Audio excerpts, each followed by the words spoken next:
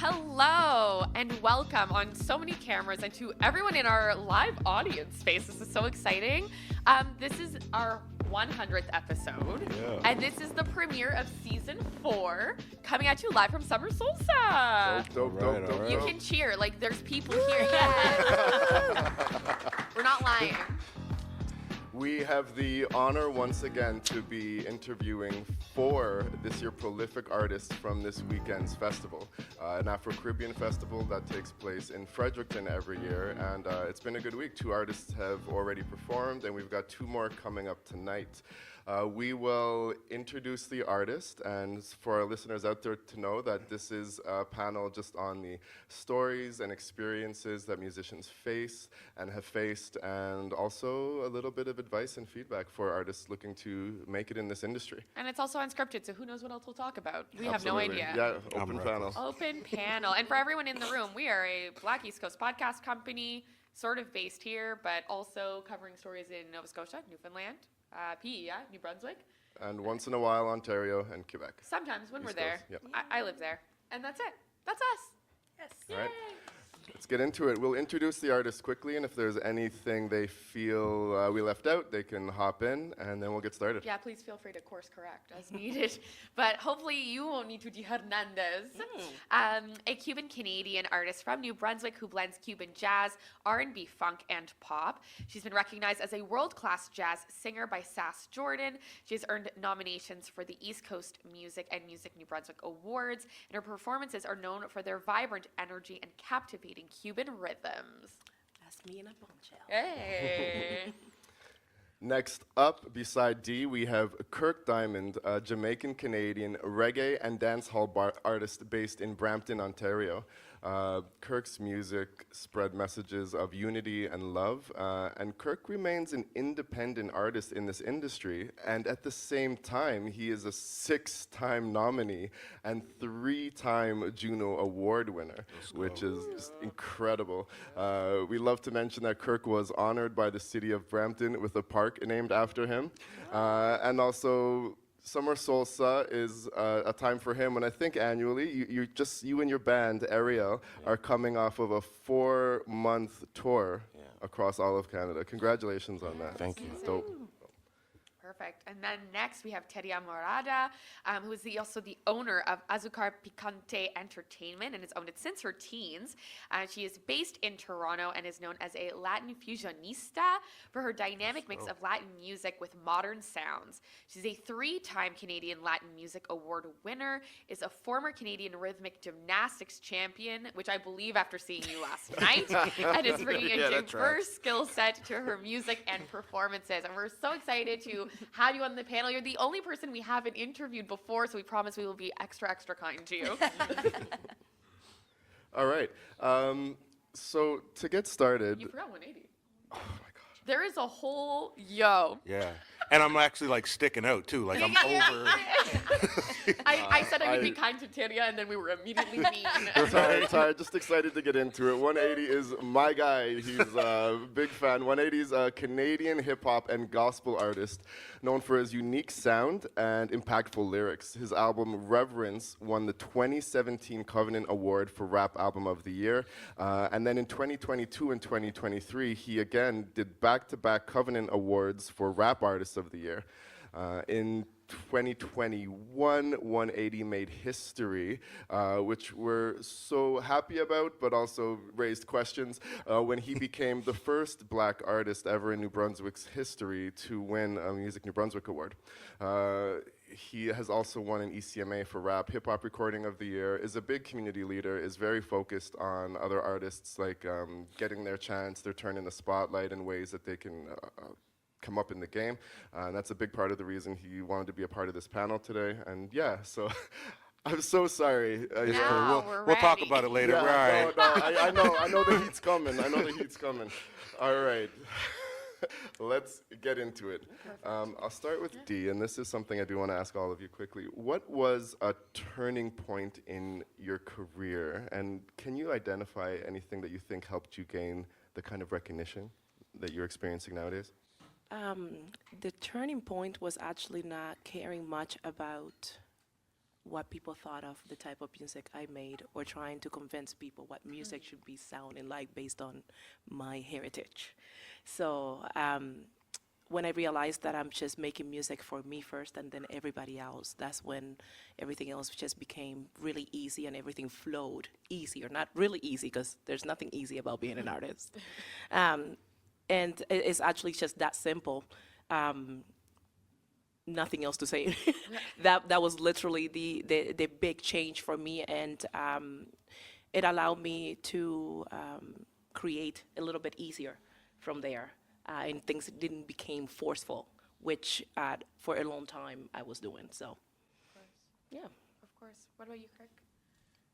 The turning point for me. Turning Yeah. point for you, and how that helped you gain recognition, or what has helped you gain recognition. The turning point for me was realizing that I had to only rely on myself to do it. Because I started out as a group first, but then with so many different, minds and people wanting their own, have their own ambitions for stuff, their priority and your priority may not always align. So I had to know that, I had to realize that if I wanted this career, I was going to do it by myself, which meant I had to learn how to sing. Yeah, because I wasn't. I was more like, in Jamaica we call it DJing, but here you'd call it like rapping. So that's what I did originally first. And then I had a friend that he sang on all of my songs. And then he just became too busy. So I literally had to learn how to sing. And listening to people that I still cannot sing, like Whitney Houston and Luther Vandross and all these people. And I am nowhere even close to being as good as them. But, just that ambition of wanting to learn how to do something was what, basically propelled me here. And expanding your musical offerings. How did you do that? Other than listening, did you take vocal classes, or did you just study the greats? Yeah, just studying. Okay. Yeah, in my car mostly, where no one can hear. You didn't sing as a younger person, a child, a teenager? No, in the never, church or never anything? singing, Just because your passion made you. I was like, the 90s was very big on dancehall, so there wasn't much singing that sure. was as popular as the more hardcore stuff. So when you're growing up listening to only hardcore stuff, if there's anything you're going to emulate, is that. Right, so it wasn't much of us. And plus, the singers always looked, cute-ish, like they're pretty boys in the thing. And then everybody else wanted to be more royal looking, like we are the Dans or we are the kings of Kings. whatever it is. But the singers were never that. Yeah. The last singing king we had was Bob Marley. Wow.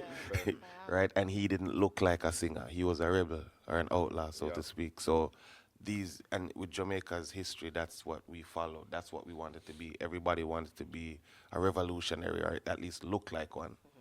So that was, the course. No, you're right. There's a deep history in Jamaica of the rebellion against slavery, the fact that the British could never keep them in chains, and so there is that feeling. Thank you. Of course. Tedia, what about you? Actually, there's some similarities in both answers and my answer. Of course. But I'm going to say a pivotal point for me was coming from 12 years in Los Angeles and constantly looking for a record label and a manager and this and that. I'm constantly looking for somebody or some group to help me go forward. And then I came back to Toronto and everything was different, and I took a little break. And when I came back, I just took over every aspect of my career, and I was in charge of everything, and I was in charge of what style of music, finally, what I wanted to do and the fusions that I wanted to do and all the languages I wanted to put in. And then I was like, if you like it, you like it. If you don't, you don't. But at the same time, I realized that there was no other entity that was going to really help me go forward except for myself. And then after, the help and the team would form. But once I made that decision to kind of move forward by myself is when people started to notice that I was serious. And that's kind of it. But similarities, Of course. definitely. Wow, 12 years in LA. Yeah. That was quite the investment, and Oh, God. you just believed that you needed to find management in the States to do something with your career. Well, Is that correct? sort of. At the time I was dancing for Snow, Cool. Not in the informer days, like later on, like the Mind on the Moon days. Okay. And I was with my two best friends, and we were a dance crew, Azúcar Picante, or TAN, as we were called at the time. And we wanted to do everything together, and one of us wanted to move to Los Angeles to pursue her dance career. And I didn't want to move to Los Angeles to pursue my dance career. I wanted to go to Miami and be a singer, okay? And she was like, no, you got to come to LA. So we kind of collectively went to support each other. It kind of started out that way. And then while I was there, I really kicked it and started to pursue my music career. But then the way the industry was working at that time, you needed to get signed. You needed to have, you know what I mean? It was like constantly looking for a record label. And it was just like a different kind of hustle. Then it changed for me. And then Amazing. the hustle just became more about what I could do for myself. And then, the other things came in. Wow, that's so fascinating. It is. Yeah. That's super interesting. 180. Who, me? Yeah, I didn't forget about you. We're I'll gonna just look play this it. down. No, I think for We have me, editing capabilities, Yeah, we're so gonna edit that it will out. not. right? No, I think for me, it's the same thing that's kind of got all of us at this table is just the authenticity of being myself. I don't know. I haven't found it yet, the actual box that what I do fits into. So being okay with not having a box to be in was very important to me. And I had to learn that because, I mean, of course, you want to fit in, you want to, but like if you go through my bio, it includes gospel artists, but I much prefer performing in clubs than I do churches, So I guess the long and short of it, or the short of it, is that just be understanding that my music needed to be authentically who I am, right? So be honest about it and just make good music, and good music will translate wherever if you're making good music, And so I pay attention to what's being played. Like I went out last night as a fan to watch like these guys perform, and just like I remember saying to my wife, I was like, this is professional crowd control. This is people are engaged. And that's where I feel like I've kind of gained a leg up, is that no matter how far this goes or wherever I get to, I'm still really, really open to paying attention to what other people are doing and learning how to make what I do better. Kind of like Kirk said, like just sitting in the car and studying, and figuring it out. That's been my journey, right? Because there's not a lot of mentorship for what I do. So I had to accept to just go do it. Right? Fair, and that's a unique answer. Like, so what I'm hearing is like being true to yourself, being independent, not caring too much about what other people think, investing in your voice, investing in your sound to develop it. It seemed like everyone used to want to get signed, like you said, Teria, but it seems like you all have had good success independently, and researching what other artists are doing, taking tips and advice from their shows to add to your own.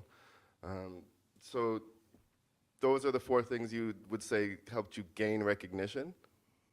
Yeah, I And think 180, like when people start saying, when I start being true to myself, do you feel you weren't being authentic in your music and true to yourself? Well, in the beginning? I think when you're young and you're first starting something, you have people you respect or look up to, and their advice means a lot, but that doesn't always make it right. You know what I mean? It's kind of, and it also doesn't make it wrong. It just might not be for you and for what you're doing, right? And what I've learned with this industry is, the formula is very specific to the person doing it. It doesn't always translate. In fact, it rarely does.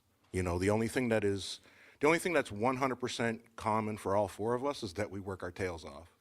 Yeah. Other than that, we've all had to figure out something else that was directly and specifically for us and the fan bases we're trying to reach in order to have success. Thank you. And on I top know of you that- invested, Kirk, a ton in your own career on your own, trying to figure out a formula gosh. that worked for you. That gives me anxiety just to think of it. But quickly though, before Yeah, go ahead. mentorship, there's none here. There's no lineage of anything. There's no, she's, she said she danced for Snow. That should have been a lineage for her. It isn't. She had to go to LA. He is part of my No, journey, I understand but, that. you know what I mean? But yeah. But you still had to go to Yeah, LA, yep. right? with us, we had so many legends that do reggae music here, just like there's legends that does Latin music here. There's no lineage of them mentoring us, and the reason why it's not on them is that in this industry, the goalpost keeps on moving. So by the time they give advice for one thing, that won't work not anymore relevant because it's, anymore. exactly, it's irrelevant at that point. So it's like the only thing that we're consistent in is being ourselves.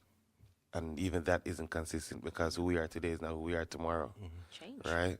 So we have to have an open mind in being accepting of what it is that we may be tomorrow and just appreciate that journey from here to there, you know.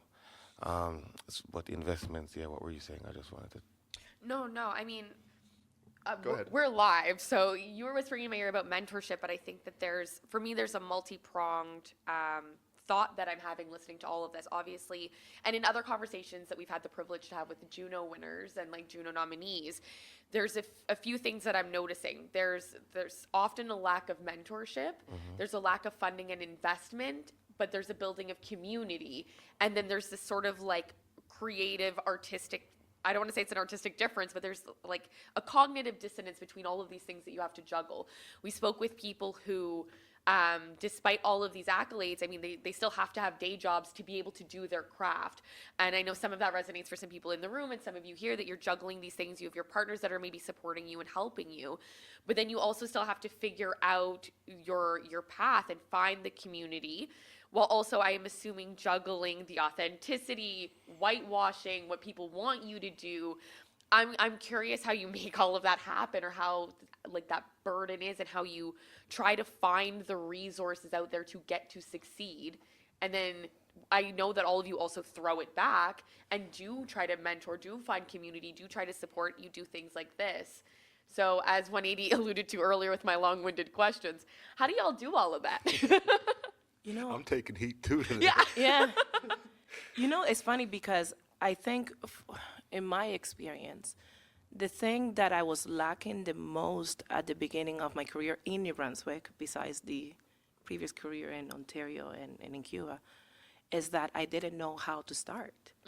So I had music and I had a voice, but I really didn't have the direction. And how do I take this from just me being a good singer and perhaps an okay arranger or musician, and making it a business to sustain myself as not only as an artist but as a business owner? Because essentially, one thing that I think, when I went to music school, right, you go with this idea you're going to be an artist, but nobody talked about in Catula, you need to become a business in order to be heard and in order for people to actually know what it is that you do. So I think it goes back to that mentorship. So if somebody had the opportunity to, or had taken the time to giving me those resources or giving me the guide on how to get there, I think that was actually a key thing for a lot of, I don't know if there's a lot of artists here, I'm sure there is, but if you don't know where to go to start, then you just become caged, Yeah. and your music just doesn't go anywhere. Yeah. So I think the main thing is watching people like myself. I'm quite inspired by Kirk's journey, because it's an independent artist, and because it obviously has a band, and because I think music is meant to inspire, Yes. right? Music is meant to create changes. So perhaps there's not a direct mentorship, but perhaps as an artist or as a new emerging artist is watching people who have taken somewhat a path similar to yours and how they're doing it, right? So artists could like humble themselves, ask It is questions, important. ask for help, get rid of that you ego. you have to humble yourself to seeing people who are moving forward and perhaps moving in a direction that you see yourself going through, right? Especially when you're an independent artist, especially when you are not from Canada, right? Because I came as a 16-year-old immigrant by myself to Canada, right? So you not always have somebody who have the same similar stories as you do. So, yeah, thank you. I got to share that compliment quickly that you gave to Kirk while he was on the stage last night. It was after you sang your song about inspiration and the things that got you through while coming your way up. And after you did that song and the chorus people were singing back, Dee looked at me and she said, and that's why Kirk has a Juno. Yeah. It's supposed to do that. Yeah. It's supposed to do that. And it resonated with me because the music that I have out in my EP and it's actually coming out, it speaks a lot of my experiences as a new Canadian and a person alone in Canada and how I needed that person. I spoke to myself. I needed my own, what's the word? I needed somebody to tell me that everything was going to be okay. So that's how I wrote music Support. for myself to continue going forward and do the things that I love to do. So. Yeah, which is the reason why I wrote that song. Yeah, because in 2015, when I got nominated for my first Juno, and we didn't win, that year, 2015 to 2016, up until the Junos were nominated again, my phone rang every 20 minutes. In 2016, when I wasn't nominated, it didn't ring again. It was me alone. All the friends that I thought I had in the industry disappear. So that put me in a wicked depression. Like it was, I'm like, yo, what the hell is happening? And because I don't know any, like I'm still young at that point in the business, I'm thinking, okay, Juno, the recognition, this is it, I've made it. Nah. Doesn't last, eh? Right? So it's like, that was a humbling for me and a lesson to like this isn't even the beginning. It is just, and this is no knock on the Junos. It's like a stop on the way to wherever you're supposed to be going. Yeah. Right? If anything, it's supposed to motivate you. But at the same time, it also makes your job harder. Because for every nomination or every win in any award, you have to prove why you have that award.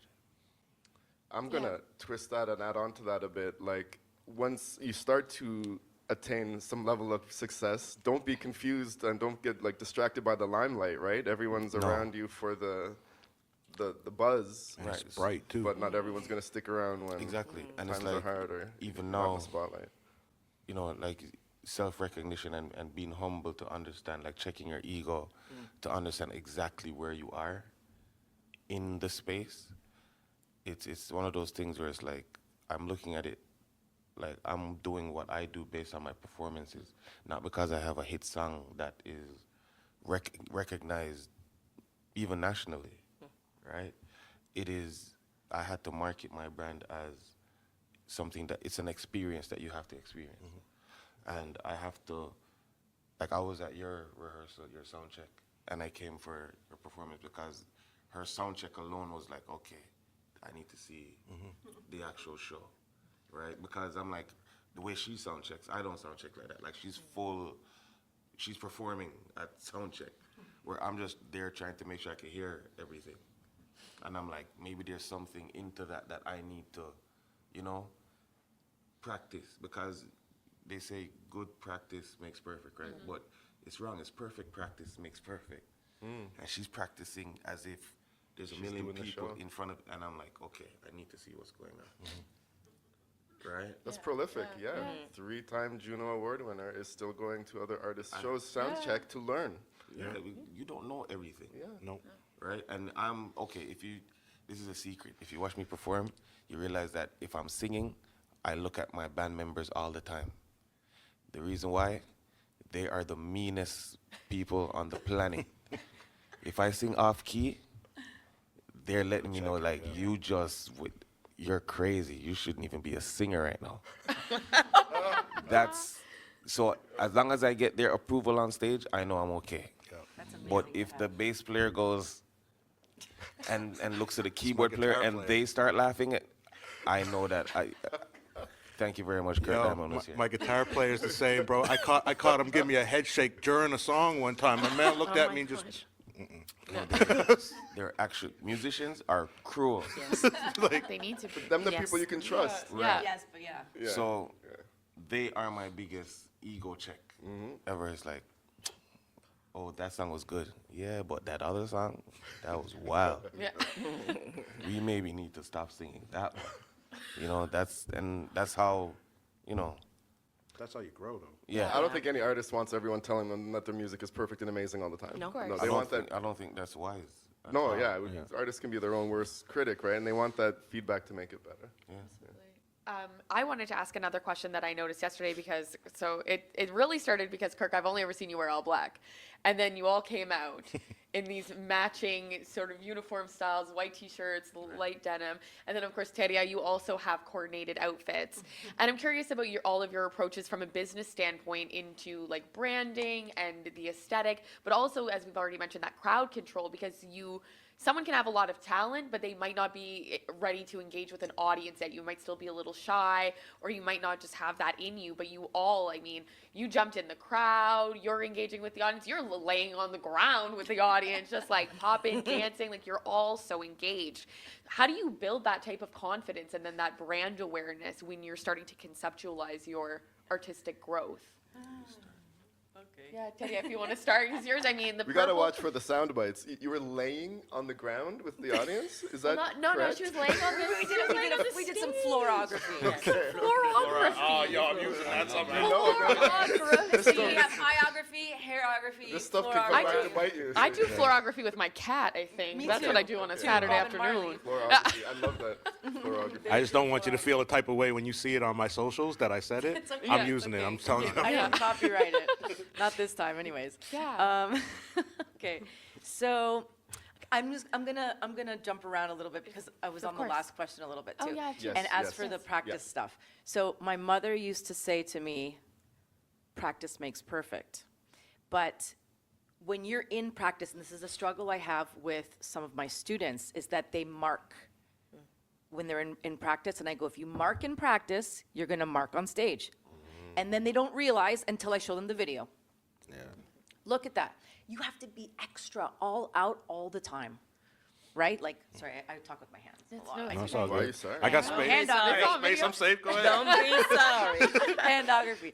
So, basically, I wanted to also talk about really quickly is when you're talking about community and other people's stuff and things like that. So, I'm a little bit lucky in the sense that I was a gymnast and I'm still involved in that gymnastics community. And I teach and choreograph where I was a gymnast. And those students, when they're really young, 8, 9, 10, I say to them, listen, when you're older, if you want to perform, or even now you can perform because there is performances for younger kids, but when you're older, you can dance in my dance company, you can be part of what I do. And they listen to my music, they see my music videos and stuff as an artist, and then they see this other gymnastics side of me. And then they're like, they see the connection that I put between all of them. And so they aspire to do that, and I bring them along. So a lot of times when we're local, I have 4 to 6 teenagers that were my gymnasts or students and now that are progressing into the semi-pro category, and they're moving up and they're starting to get a little bit of pay, and they're starting to see the whole community thing and the girl power type thing that we're, not just girls, but girl power in that community. So we're trying to like move it all together, and things are possible and all these things hold hands. So back to the practice makes perfect. In sound check, I sometimes walk around and I listen, obviously, for what I sound like. Every single time I get to the show, it's never the same. Never. Never, never. There is so many times that I'm struggling to hear myself, and I'm like, and I don't have a band. I'm a pop singer, right? So sometimes I'm lucky and I have some percussionists, but there's not a lot of budget. My show is a dancing show, so this is what we go with. But I have to rely on, I'm asking people constantly, I'm watching the videos, I'm sending it to my producer to check me, because I need to be checked as well. I'm not perfect, and I'm human, so I want to be able to make sure that I can trust too the team that I'm with, so that they tell me the truth. Sometimes the truth isn't pretty, and sometimes it's lovely. Last night was so much fun, but I was like, oh, in this part and that part, and they're like, it was great. I'm like, yeah, but and I nitpick at all those little Right. things. So, anyways, I went all over the place, but No, that's No, perfect. You tackled both questions That's very perfect. well. But now back to the floorography and the hairography. Yes, because I still need to know about the branding of all of you, and I would love to get into that. so the floorography, I'm gonna finish that. So the floorography was actually inspired by the teens, because I came out with a song called Batty, which is not normal music for me, English pop, all English. And I choreographed that with the teenagers with me. So they inspired that choreo, and it was a little bit riskier. My pro dancers danced it yesterday, but originally on my birthday, the part of my birthday thing was the teens danced it with me. And so because they're at that age, 17, 18, 19, that they're starting to be in their like cuteness and their almost light sexuality, sensuality. I basically, with keeping it in lines, pushing it at the line, but not over the line. Always got to keep the class and push it just to be, you know? And so I kind of, that was whole inspired by them. And then I put that out there and branded it with my Teria Morada music, and it kind of became a joint entity. But the purple and the branding is like an all me thing. That's like a side branding thing. Amazing. I'm curious about I guess like the full song being in English and taking that risk. Was there a specific reason you felt in wanting to do that? Was it trying to like a new audience, just something different for you? Wasn't my idea. Okay. My producer, Alonso Mendez, for the Bon Voyage EP, that was another song of mine that I had done previous that we redid, and we just decided to kind of do a few songs together, which are all basically Spanish and English. And then one day, his writing partner, because I normally write my own stuff, but I collaborated with them on these 3 or 4 songs. They said, we had an idea. And I said, yeah. And they know I don't like to be left out of ideas. Like, I like to be included. Like, because I feel like FOMO a little bit. I'm like, but why? I wanted to be there. But they kind of went behind my back, like, we just had this idea. And I was like, yeah, what is it? They're like, you're a baddie. I was like, thanks. Yeah. And they're like, listen to this. And they played the beat, and they had written a part, Body Like a Bugatti, that part, right? And I was like, oh, I really like this. And they're like, we're so glad. So then I wrote the rest, and it just came out in English. And they're like, let's just leave it. And we did. It wasn't like intentional, just kind of happened that way. Interesting. Cool. Thank Why you. not? Kirk, I want to know about the jeans. I want to know about your approach to your branding as well on stage, and having the whole team look so fly in uniform. It depends on what we're going after. So they're uniforms. Yeah. So we know that if it's if we're going in warrior mode where it's like very social activity or whatever, then it's full black. If it's more fun, then it's denim and white. If it's full white, then it's half and half, but it's a very important show. Right? Then there's green, and then there's military, but that just depends on where we are. Amazing. Yeah, and then sometimes we go like Black Panther, leather jacket, Yeah. and all that. That's what I was picturing when you That said was the the all vibe black. last year. Yes. Yeah, so all of them, they mean something, right? And then we have a look that we call hippie, but it's just wear anything you want because I don't care, you know. But yeah, we found branding to be important, especially how we carry ourselves. And because there's so much of us, you notice us when we're walking in. So we just like to be uniformed. And usually the festival that we go, no one really does that, right? So we look different than everybody Entourage. else. Of course. You know? Of Cool. course. I'm going to circle it back to 180 because I want to still touch on that mentorship thing. And because you yourself said there's not a lot of mentorship for what you do, gospel rap in Canada. And in general, you all said there wasn't a lot of mentorship in Canada.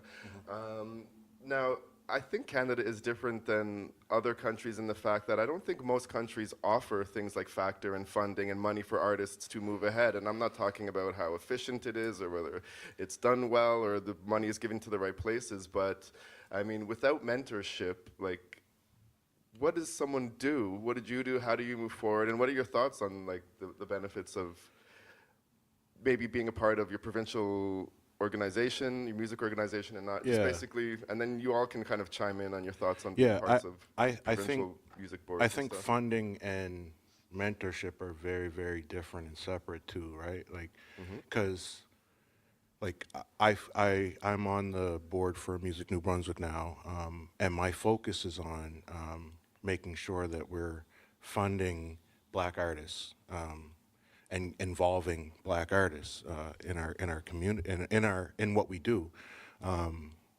because although, you know, winning that award in 2021, it is something to be celebrated. Like, you have your name somewhere now but it was 2021. Yeah. And I've been in New Brunswick a long time, and you can't tell me that there weren't talented black artists in New Brunswick for all that time. Now, I try to say this with giving as much grace as possible, but like, I also know what song won and when it happened, right? I won with a song called "I Guess It's Complicated" that was focusing on the George Floyd murder in 2021. It's a bad look if you don't give it to me at that point. you know? So I recognize that as well, but not taken away from what the opportunity created. So now I'm able to open some doors for my own people. I'm able to, you know, sit down and have conversations and be respected enough to be listened to when I'm having those conversations with younger artists and helping them get to the funding, you know, and like, you know, there's some artists in our province, in our community, that although hard work is part of what we do, there's just some parts of it where they shouldn't have to work that hard, you know. Like, for example, like, we're sitting at this table with Dee Hernandez. Like, she's probably the most marketable and exportable artist we've seen in a long time, right? She shouldn't have to hustle so hard for that, because if you're sending her out, that's coming back, you know? And I think that's the part that we miss sometimes. Like, we don't focus on, like, what is the value in actually sending our artists out, man, and supporting our artists and lifting them up. I know for myself as a hip hop artist, like, this isn't something I'm gonna be able to do forever, right? But my legacy is going to be in those artists that I brought up along with me along the journey, you know what I mean? So like, I take time to talk to those kids who are like, you know, I want to shoot this video, but I don't know how to get, well, let's sit down and look at how to fill out this grant application, because the other part that we lose sight of sometimes is that there is funding out there, and if we don't take it, it's going to somebody. Because if they don't spend it, they don't get it back. Right. You don't get it next year, right? So it has to go to somebody. And if that funding keeps showing up, that means somebody got it, right? Yeah. And so for me, it's just, and maybe I'm definitely biased, but I just don't believe art moves without us. You know, like, I get it. There's music and everybody can do, but if you look at it, like, and I'm speaking from a hip hop perspective, like, it's being sampled and mixed into pretty much there's country songs with rappers on it. You know what I mean? Like, it's just but what I'm saying is, we move entertainment, right? Like, and so to exclude us in any area is a lot for me to swallow. And like, I singled out D on that, but like, just look across this table. There's no way that it should have to be all on you, because if you attach your name to any of these artists and send them out, you win. You get something back in that, right? It's a good investment. And so that's kind of where my heart's been as far as the mentorship part goes. Because, yeah, there's funding, but what are you going to do once you get that funding, right? Like, what's your next move? And so, like, we talk about winning awards and stuff like that. Like, I don't love going to the award shows. I actually don't. I find it an interruption. I'm busy. I'm doing stuff, right? But I also understand the value in being there and what happens and what comes out of it. And if you take those things as opportunities or door openers, you know, like when we did the ECMAs, I actually said, like, some of y'all see this as an accomplishment. I see it as an opportunity. Let's go, right? And that's kind of my view on those kinds of things. But you also have to have somebody who's been around to tell you that, right? Because when Kirk was talking about, you know, the recognition and the lights and all that, like, they're bright, man. And if you don't know how to humble yourself and move through that, or have somebody to tell you, like, I love the fact that now I'm in a position where I can tell a young artist, enjoy this tonight, but tomorrow now you're targeted. So be ready for that too. 100%. You know, be ready for that too. But somebody's got to tell them that. I didn't know that. When I won my first award, boy, I was ready to party for the year because it was all going to work out. It did not. Yeah. It did not. It actually puts you inside more than outside. Yeah. So yeah, that's where I land on the mentorship part. Like, it's more important than the funding, but it is part of it too, and you have to be able to, you know, don't just give people money, man. Give them some guidance on what to do with it. And sometimes funding includes the mentorship. Yeah. But do any of you have any thoughts on what I do, because I remember the first time I got funding, and this was many years ago. And I again relied on signing with a small record label, and having very little, if anything, zero knowledge in the music business. And I was taken by a fool, because I was a fool, because I didn't have the information, nor I took the time as a 20-year-old to read a book about the music business, because there are books there. So for some of us, you learn the hard way, right?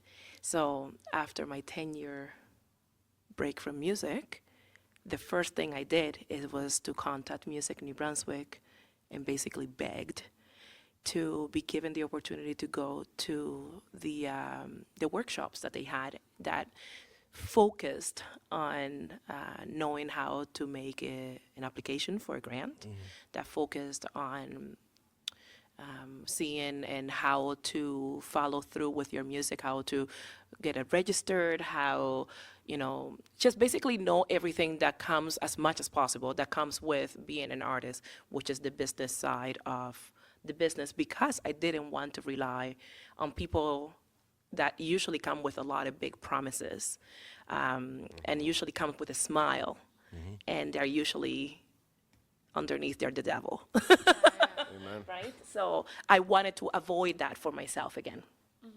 And so I guess the first thing, if I don't think I'm a great mentor right now. I'm not in that position right now because I'm still learning. But I think the best thing at this point is to recognize that they are not only the funding, but the mentorship, it is available. It might be a little limited, but it is available through certain organizations that, they may not be advertising that this is what they also offer, but they do have information that can perhaps help you to move forward. So. I think I've heard often, though, that you also can learn through mentorship, through being Yes. the mentor, right? Yes, So maybe, true enough. maybe it's a time to think Yes. about starting for any young singers out there. Yeah, perhaps. come up. I think right now I'm in a place where I want to take as much time for me. I think it is important to somewhat be selfish, and right now I'm selflessly focused on what I want to do. Fair. Right. Yep. So, and in one thing also that I didn't recognize is that the time that being an artist takes is not so much as singing. The applications itself, the planning of coming up with an album, the trying to talk to somebody like him, like her, on how do you plan a tour, which was one of the things that I was very afraid of doing, because I'm doing this one. I say, okay, how do I plan a tour? I see all these people touring. How do I get myself there, right? So I don't think it would be a good time for now. But definitely, Don't worry, there was no pressure for you to definitely. start I'm mentoring like, Doesn't have a I'm trying sign-up to sheet. figure it out. How could we make 24 hours a day 27? Absolutely. You know, Same. Do you, sorry, go ahead. No, I was just gonna say, like, a lot of this has reminded me that, like, on social media, I find that, like, you hear all of these sort of horror stories on TikTok of these kids who they have one song, it gets 3 million views, and then all of a sudden it's all these, like, vultures come and they don't have lawyers, they don't have any, like, financial literacy, they don't have any business sense. And I think that I think everyone wants a certain amount of the visibility. You want to be heard, and I think Right. that a lot of youth want to be heard and they want to be liked, and then they don't know how to build the business. They don't know how to build the longevity. that's what happened to me. And then it's all sort of scrambling. I mean, T-Pain the other day said something about blowing, I think, millions and millions of dollars, and then having to build it all back up because of all the bad deals that he made, getting almost nothing on the royalties. And so it happens to everybody. Is the part that, oh, sorry. No. When you mentioned about, winning the Juno and that the phone was ringing and then all the sound, that's what happened. I went to Canadian Idol. Yeah. I was very popular. Phone calls, people just throwing contracts at me and not having the information to go forward. You're just so excited, right? I think also they look for people to take advantage of, Of course. right? So, well, I said I think because I was trying to be nice. You know. But they're looking for fools to take advantage of. So I've been to music conferences on this. Well, I knew that it was crap when she said it, but she was like, oh, you should come to this music conference because this is where this artist got signed to Warner. And I didn't go there to be signed to Warner. I just went there so that she knew that I listened to her and came there not for anything else. Because a lot of times people don't give artists a chance because they say that they don't listen and they can't be managed and they can't take instructions. So the lady is one of the best reggae managers in the world, if not the best, from Bob Marley all the way down. Right? You name it. If you know their names, she was a part of the journey. And I went because she said to come here. Then when I get there, I realized how full of shit the industry was. It's very selfish. That's number one. It's a very, very selfish thing, but it's gambling. So yes, we could get the grant and we could get the money, but if we don't know what to put the money on, we lose it all. Good. Right? Good answer. Yeah, that's a very important point. And if sometimes you find yourself with, say for example, you want to sell candy, right? And you found out there's a sale for candy on November 1st. The day before was Halloween. You could have got rid of it. But now you can't. Yeah.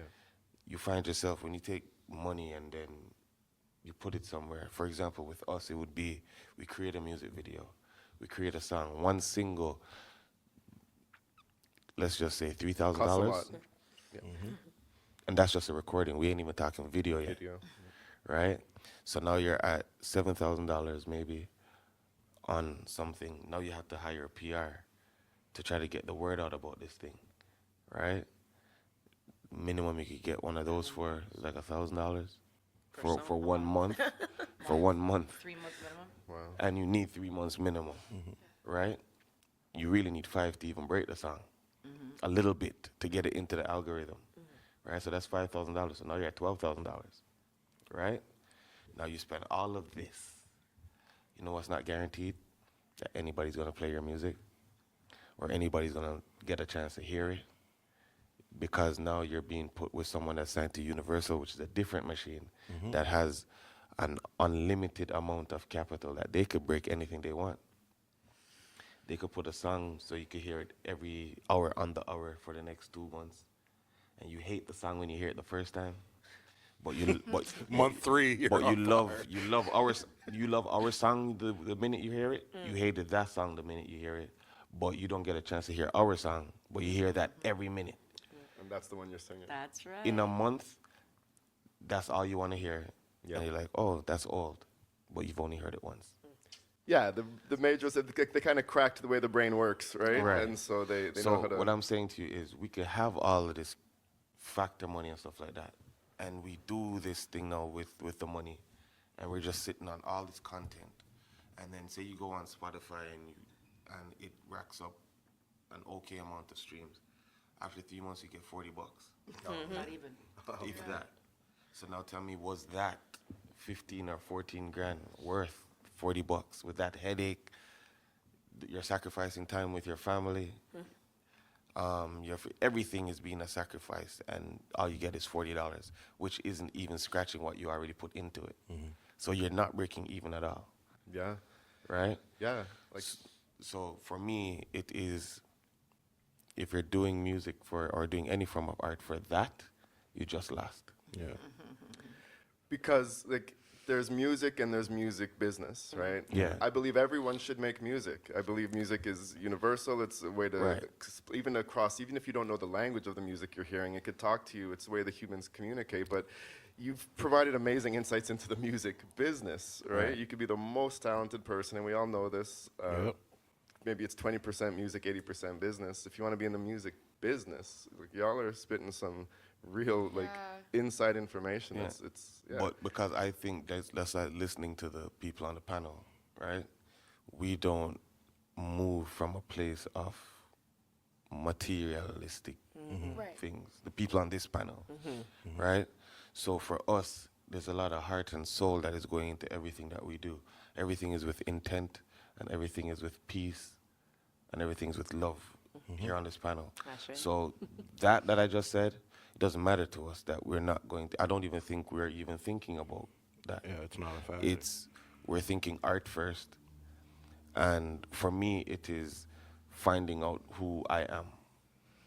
So when I sing songs like Greater, that's me going through something and you're listening to it, right? I may not be able to reach everybody in the world, but what I and everybody in the world have in common is that we are living and we're having experiences. And sometimes what you're going through, I'm going through, and vice versa. And sometimes just being on this panel, we could be going through something that we didn't even know that we're going through. And she says something and it cracks in like, oh crap. Right? Okay, yeah, And I yeah, had yeah, to yeah. fly to Fredericton to get get an it. answer Get that insight. Yeah. of how to deal with it when I go back home. Yeah. Yeah. This is the reason why I love what I do. The journey. This is It their is the journey. journey. Journey. Yeah. Taria, do you have anything to add to that? Should we move on to more questions? I don't Yeah, I want think- I think to. pretty Because you much talked about covered mentorship a bit in the beginning. Yes, I did. We have 2 more questions and just maybe a little bit over 10 minutes, so I guess fire off round. I want to know if you feel comfortable talking about it. Like, what's the just for the drama, like, what's the craziest thing that you recall happening in your career to date? Anything wild that you feel comfortable talking about? I ain't gonna lie, everybody checked out at the same. That was choreographed right there. That lean back was synchronized, but I'm neutral. We got to bring some spice, right? So, and also, you can pass. I we think the move most on. recent for me, I almost fought my limo driver in Edmonton. Do tell. Tell us more. Well, he was racist, number one. Oh, jeez. And he wasn't the original driver that we had first. So when we went, because I have scoliosis, just heads up. So I like to travel a day early just so that I can rest my back for the show. So as much as I love to travel with a band, and plus I have 3 kids, guys, so I'm trying to get any chance out of that house. I understand. Yeah, so I have a 2-year-old, a 1-year-old, and a 14-year-old. So one wants money, and the other 2 is just breaking everything, man, just made me do Kevin Hart. Damn. right? So I like to leave as quick as I can. It's like, I could get there a day early, cool, I'm on it. So I left the band, and they just sent like a regular like truck for me. The band came the next day, and they got a limo. I was like, damn, I should have waited. They came out, we did the festival, everything. Now we're heading back to the airport. They sent a different limo driver. And because we were obviously black, he just started to have an attitude the entire time, right? We were supposed to be downstairs by the elevator by 11 o'clock, but because there's a fire in Edmonton, so there's so much people going in and out of the hotel, so we couldn't check out in time. So we're about 15 minutes late, and he refused to drive the vehicle unless we would pay him again, right? So we're like, pay you again? I'm like, we're not even one that's paying for this. Like, right? And he refused, like, you guys are gonna miss your flight if you guys don't give me $150 right now to take you to the airport. Oh my gosh. So we were like, okay, we have to catch this flight. How are we gonna pay you? Debit? Like, no, it has to be cash. Who the hell's walking around with cash in 2024? So luckily, I had like per diem left over. All of us had to put together the 150, and I gave it to him. He slams the door and starts driving off. Now my band is in there looking at my face and realize I'm getting a little bit more serious, and they know that once it gets to a point, I'm gonna tell them to pull over, and it's gonna be a problem. So we're all sitting in the limo, and my phone's going off. Everybody texting me in the back of the, like, they don't want to talk. So they're texting me as like, Kirk, you good? I'm like, yeah. And the man's like, I know what you're thinking. I'm with you if you're about it. Right?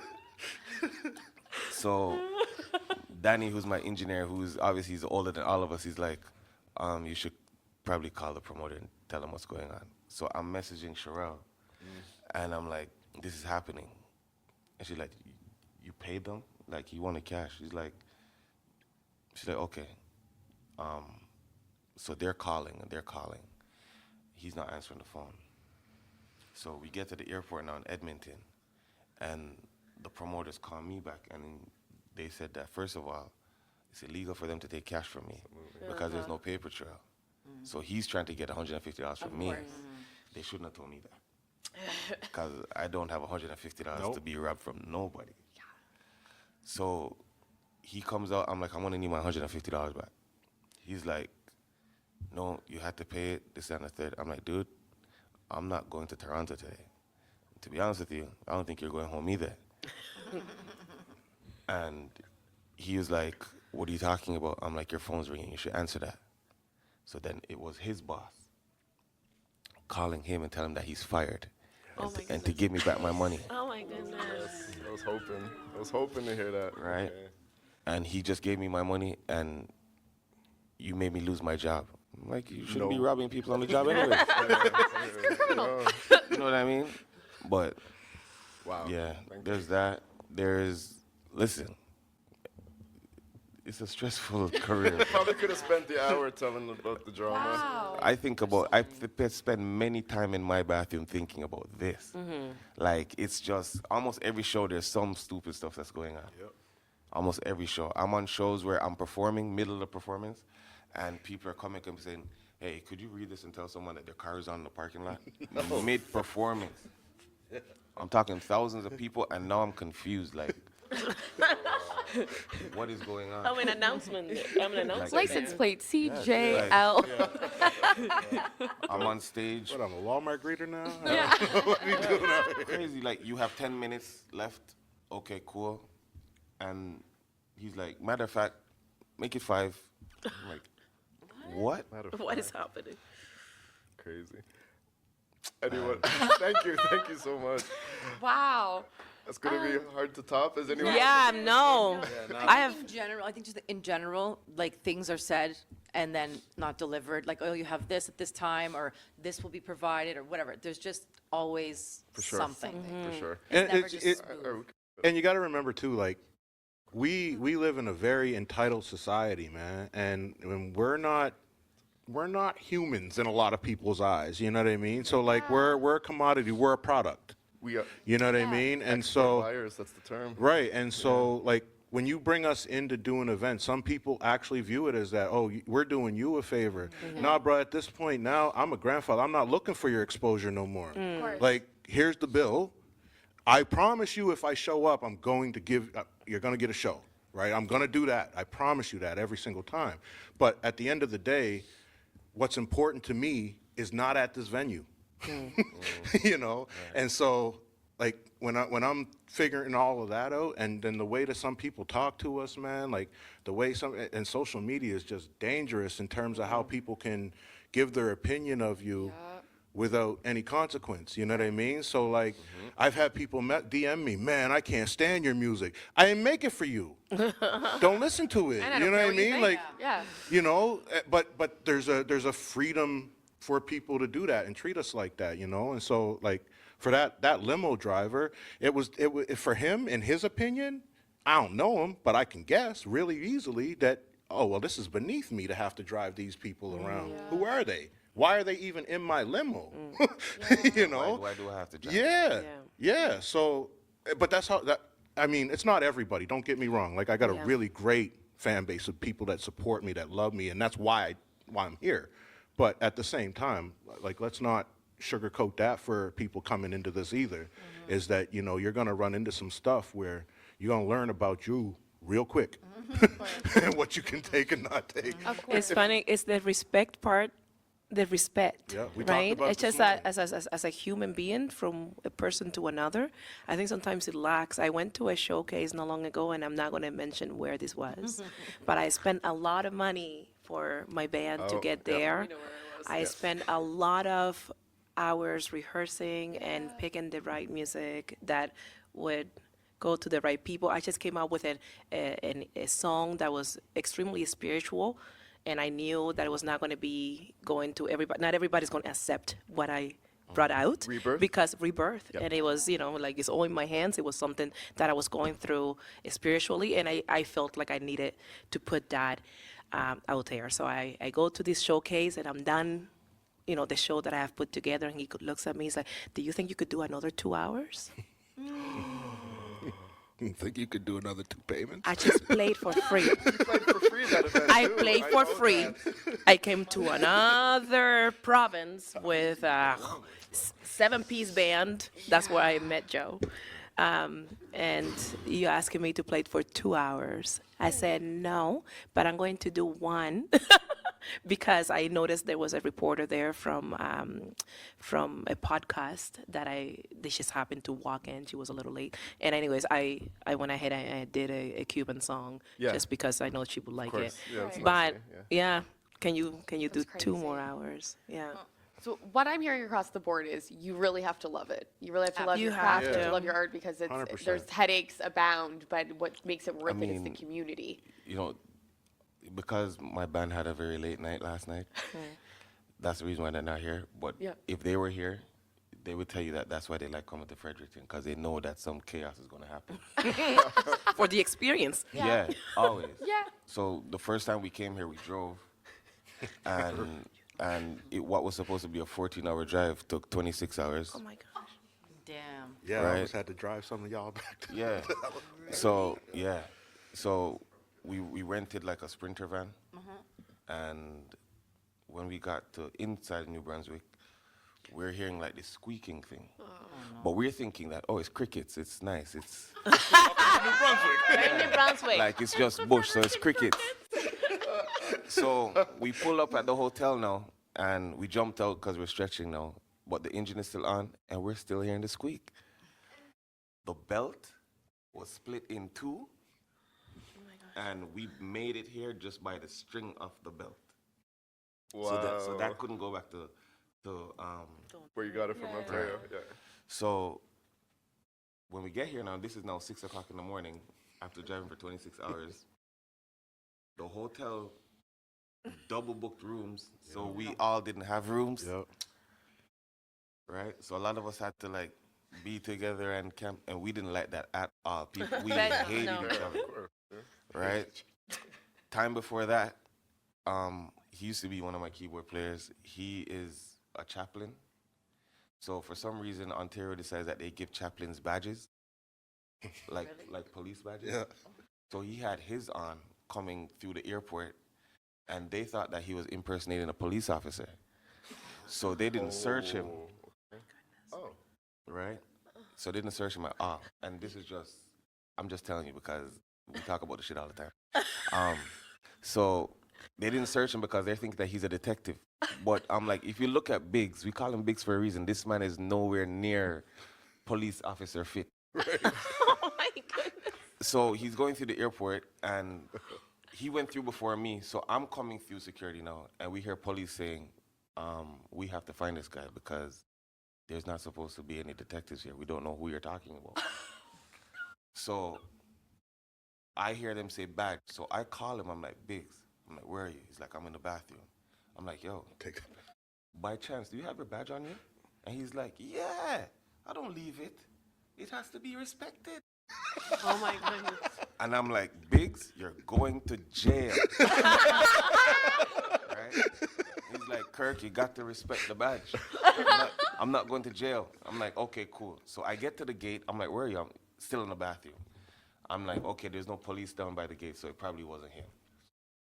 I go into the bathroom and I come back out. Sure enough, 15 police officers at Oh the my gate. gosh. I call Biggs. I'm like, Biggs, you're going to jail. He's like, Kirk, you're crazy.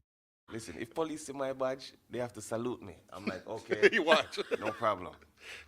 The head of security has this iPad, and she's walking by, and I glimpse it, and sure enough, there's Biggs showing the badge around his neck like this to the lady at security. And I'm like, Biggs is going to jail. We lost one. I'm like, Biggs, I haven't seen you yet, but you're wearing a blue jeans, a red button-up shirt, and a hat. He's like, how do you know that? I'm like, because you're going to jail. Right? Oh my No, goodness. he speaks to me in only like Jamaican patois. When they held him, I never knew this guy could speak English so well. Right? So now, for a priest, he's a friggin' liar too. Because what he told me the badge was for, I didn't know that he was a friggin' priest. He told me that he was a part of the Jamaican police force, some shit like that. And here's Danny. See, Danny could tell you too. And here's Otis. Danny, we're just talking about Biggs. Biggs and him batch. So he told me that he's a part of the police force. So when we went up now, and I'm like, bro, you're going to jail for real, you know? And he goes, yo, just chill. And the police sees me talking to him, so the police comes to me, he's like, yo, come over here. Like, where do you know him from? I'm like, he's my keyboard player. He's like, he does music? I'm like, yeah. Like, why is he impersonating the police officer? So I'm like, he's not impersonating one. He used to be one in Jamaica, so I think he's just keeping it. He's just keeping it as a keepsake. Right, now I look like the liar. Right? So I'm selling it wicked like, yo, he's MacGyver, he's Rambo with the thing. Because this is the stories that he tells me. Now they're there over there somewhere now. The man comes back to me looking at me like I'm crazy. You go to He's jail like, too. I thought you said he was a police officer. I'm like, yeah. He's high up in ranking. He's like, this man's a priest. I'm like, a what? So now I'm disappointed because I'm like, I'm selling this police story. Oh. And this man's telling me that you're completely wrong. This man is a priest. Like, you know what? Have a good time in Fredericton. I'm like, yeah, so, Done. you know, coming to Fredericton is always something. Like, even on this trip, we lost a keyboard. Like, Air Canada couldn't find the keyboard. So we You had to rent got one. all kinds of stories. I've been very lucky. Been extremely lucky. Well, For more stories, Yeah, for you're more gonna have to wait stories. till next time. yeah, but Kirk, maybe you need a podcast because I'm starting to think we need to start producing more people's stuff because this was very, very enlightening and very funny. I think that's a wrap on episode 100 and our first episode of season 4. We're so appreciative of your time. Thank you so much. 180 and D are performing later tonight for the people in the room, so make sure you Yes. come out later. 6:15 and 7 o'clock tonight. Yes. guys. And Come on out. once again, D. Hernandez, Yes, thank you for having Kirk me. Diamond, Teria Morada, Morada. and 180. Yes. Never Thank the least. you. And we're Black Atlantic. Black Atlantic, Yes. and we are here in Fredericton for Summer Soulsa. If you didn't have a chance to check it out this year, make sure you come down next year. Big Afro-Caribbean Festival, lots of amazing talent from Atlantic Canada and beyond. And like, comment, follow, subscribe us, please. yeah, if you If you haven't don't at know the us, beginning. know us, please. Yeah, anywhere Black Atlantic, anywhere you have socials, anywhere you listen to music or podcasts. We're on the that's where you can interwebs. find us. Thank you. All Peace. right, Thank you for having next us. time. Peace. Yay. Amazing. Thank you, everyone. Thank you to our guests. Can we get a quick photo before